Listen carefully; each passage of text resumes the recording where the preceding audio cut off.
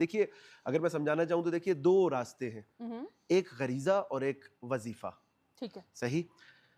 دیکھیے خداوند عالم یہ چاہتا ہے کہ آپ دنیا کی تمام تر غلاظتوں سے خود کو دور کر لیں، اس مادے سے خود کو دور کر لیں اور خدا سے منسلک کر دیں. بالکل. ایسا نہیں ہے کہ آپ دنیا کو استعمال نہیں کریں، نہیں، دنیا کو دنیا کے لیے استعمال کریں، دنیا کو اس لیے استعمال نہ کریں کہ بس اب یہی سب کچھ ہے.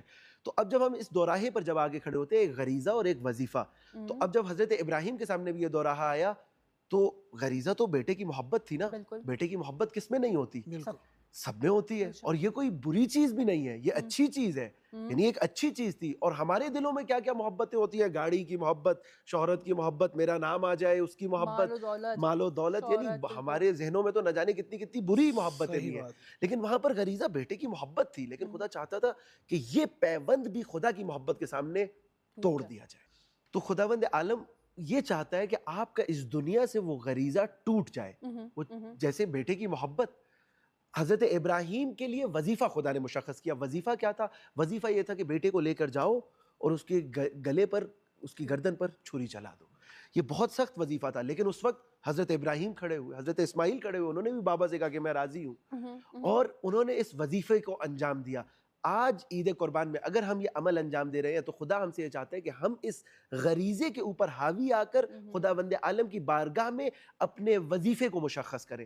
آج ہمارا وظیفہ کیا ہے؟ دیکھیے مسلمانوں کی اجتماعی عبادات میں سے ایک عید ہے. بالکل. نماز عیدین، یعنی چھوٹی عید کی نماز، بڑی عید کی نماز، اور خود حج، کیونکہ بڑی عید تو حج میں ہوتی ہے، واجب قربانی تو وہاں ہوتی ہے، اور اس حج کا اوج ہے، یعنی آپ منا کے بعد اوج پہ جب پہنچتے ہیں تو آپ آخر میں عید مناتے ہیں اور قربانی دیتے ہیں. یعنی یہ ایک اجتماعی عبادت ہے.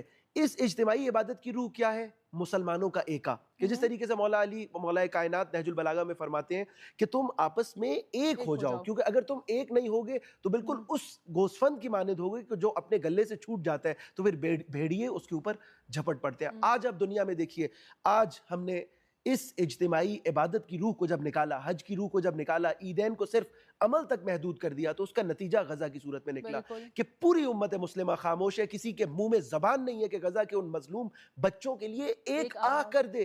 یہ عید مناتے ہوئے ان مسلمان جنہوں نے اپنا وظیفہ انجام دیا ہے، خدا ان کی توفیقات خیر میں اضافہ فرمائے، لیکن جنہوں نے اپنا وظیفہ انجام نہیں دیا وہ کس منہ سے عید منائیں گے؟